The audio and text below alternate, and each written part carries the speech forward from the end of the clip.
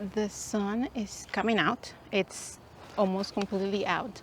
It's early in the morning. I have a few things to do in the garden. I am going to clean my water fountain area. A few days ago we had a huge storm, lots of water, lots of rain, and the outlet for powering my water fountain is on the outside. It's kind of like hidden back there, and every time we get a huge rain, I don't know what the right word is, but it shuts down the power on the outside. So I have to go and like push the button.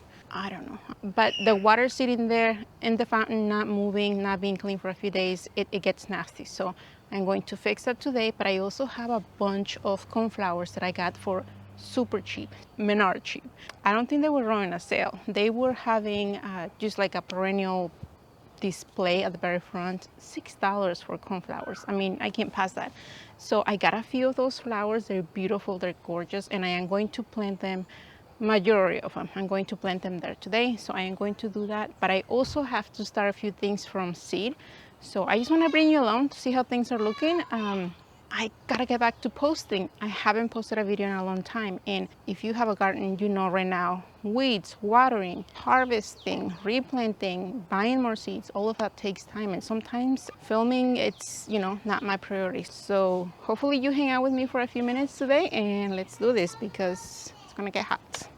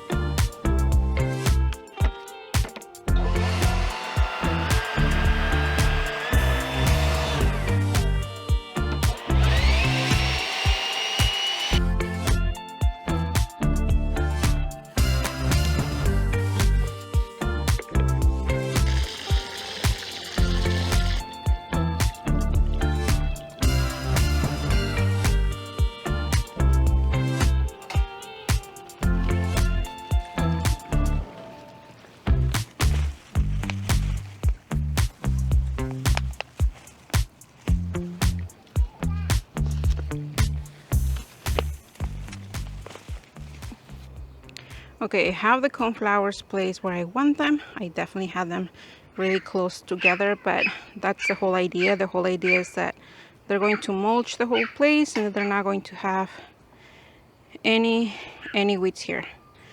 These guys right here, this is a Dara volunteer from last year. Look at that, gorgeous.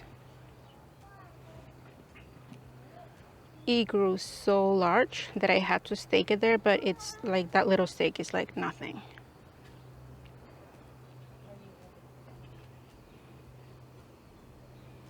So my fountain just stopped again. I heard the click on the back there where I had the power, where I had the plug-in. I had the plug-in all the way back there. I don't think that's necessarily the problem.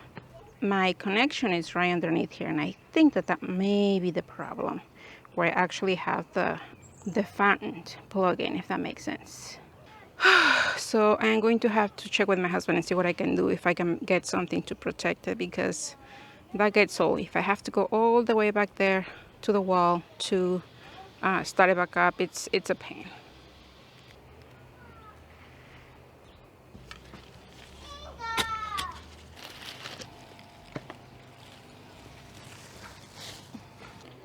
This area is in full sun now, and if you ignore the weeds, this area is actually really pretty. Everybody's awake, everybody's up doing their thing. But this area is done. Done.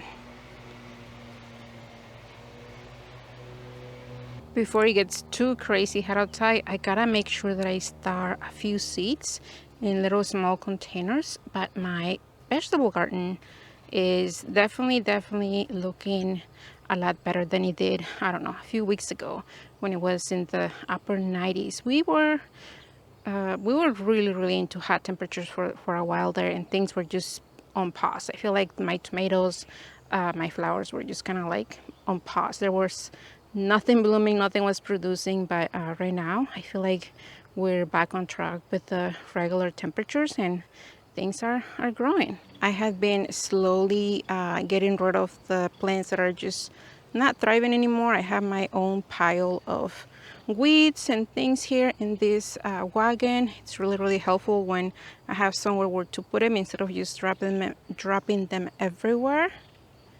And I also have my little collection of containers here that I need to clean. They're in water, so I need to make sure that those are clean before winter comes. Yes, before winter comes. But overall, I think that things in the garden are going really well. My beefsteak tomatoes were not the best, but my cherry tomatoes, my goodness. Cherries are a workhorse, definitely. Okay, so right about now, I really should have been doing this really early in August, but right about now is when I need to start a bunch of seeds. And each year it kind of just depends on how things are progressing in the garden, how things are looking at this time of year, the beginning of August, that I decide whether to direct sow or to start a bunch of seeds in small containers and things like in this size. And really most years it's all about just prepping for what's to come.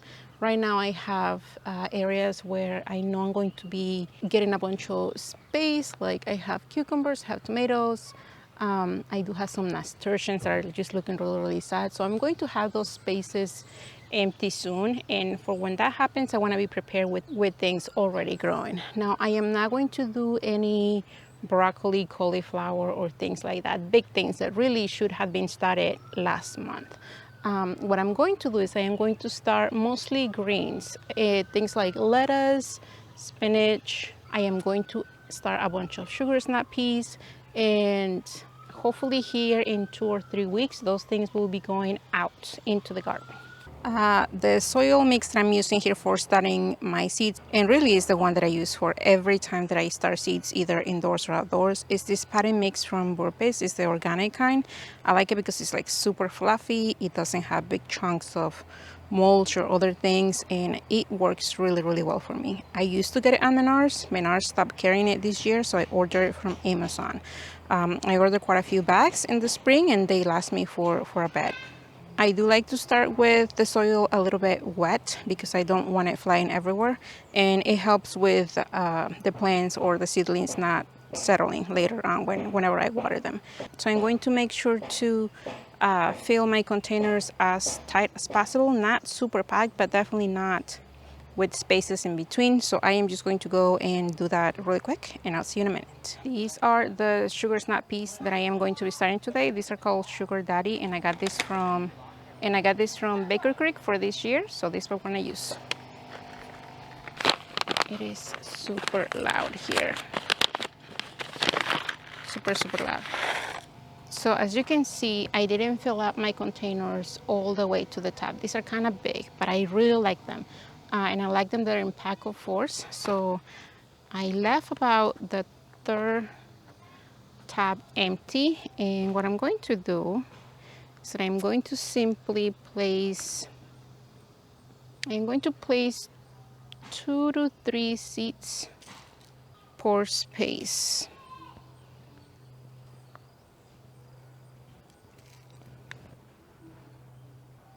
And the reason why I am placing 3 seeds here per little container is that if I get 1 or 2 seeds that don't germinate in each container, then it's fine. But if they all germinate there, that's just how they're going to be moved outside. This is actually perfect. 1 package was enough. So very gently, just with my fingers, I am going to bury them just by little, maybe about 1/2 inch, not a lot. just making sure that they're covered.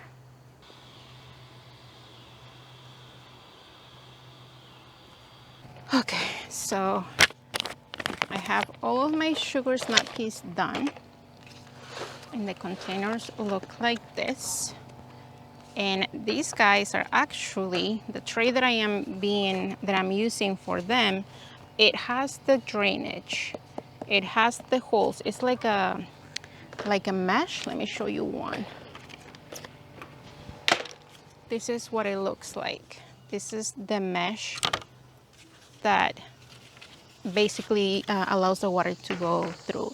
And the only reason why I'm only using this mesh ones is because they're going to be outside, they're going to be exposed to the elements, and if it rains or if I need to water this, I just want to make sure that the water is not sitting there. So I just want to, you know, save myself some time, some headaches, and I just want to make sure that these guys just drain. But I do want to make sure that, you know, I move them around if I need to move them around, that they are being held by something nice and heavy duty, like these Bootstrap Farmer containers. And they're the one, by the way, sponsoring this video.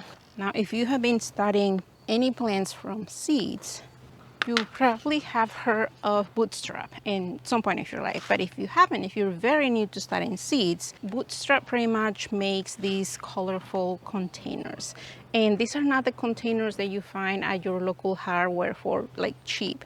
They are very, very nice built. They are made in the USA, and I pretty much only use these containers because they will last me for forever, I feel. And one of the many things that I love is that they have a bunch of sizes and a bunch of colors. And I don't know about you, but when it's winter indoors and I am just starting something in February, I don't know, I like to have something colorful around. I am going to link to their website below, and I am going to link to some things like these mesh trays in some of these 6-cell packs that they have. I love everything they have. I pretty much almost have every single size in pattern trays that they have. So if you want to check them out, check the links below and let me know what you think. All right, so these guys right here are going to be for lettuce. I think I'm going to do lettuce, spinach, and bok choy. I think that's what I'm going to do. Okay, I had to move because this sunshine is kind of everywhere, and soon it's going to be covering the whole thing here.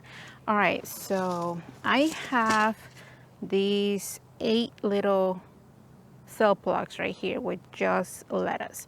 And the way that I am growing lettuce, this is really the way that I grow lettuce in my garden for most of the time, is that I start them in little containers, little 6-cell trays, and I place a mix of lettuce seeds. In this case, I have all of these guys right here. I have dark lettuce, Merlot lettuce, Jedi Q, I'm not really sure that's how you say it, Landis Winter, and then a mix. All of these seeds have been mixed here. I have about, I don't know, maybe 5 to 8 seeds here all together in each container. And you might be thinking, wow, that's a lot of seeds for one little container. And yes, but a lot of these are old. Some of these are dated for 2022, 2020. So I know that some of these are not going to germinate. So if I get at least half of the lettuce here, half of the seeds, then I'll be happy. And all of these are going to be going outside. And all of these guys are going to stay outside. That's what I'm using these mesh trays. And I'm going to cover them here soon with a little bit of vermiculite. And right here, these 2 trays right here, these 2 trays right there, those are spinach. And it's this kind of spinach. And I have about the same thing. I have about 5 seeds of spinach there. I made a little tiny holder, and I am going to just cover this just very gently, making sure that the seeds are covered. And spinach is probably the only one that might take a little bit longer to germinate, but I'm just going to keep them moist. I'm going to water every day, sometimes a couple times during the day, because these containers are like really small, so they're going to dry really quickly. So I have 2 of those here, and over here at the end I have bok choy. You probably cannot see the seeds very well. But I have about, I think I have about 4 seeds of bok choy there. And the same thing, if I get at least half of those seeds, great. And if I get all of those seeds to germinate, I definitely do not want 5 plants here of bok choy. I'm just going to thin them out, and I am going to keep them 1 plant per little cell here. So that's pretty much what I'm going to be doing here. I'm just going to make sure that all of these seeds are nicely covered, and I am going to keep these guys outside. I am going to keep these guys in the other tray that I have. I'm going to keep them outside.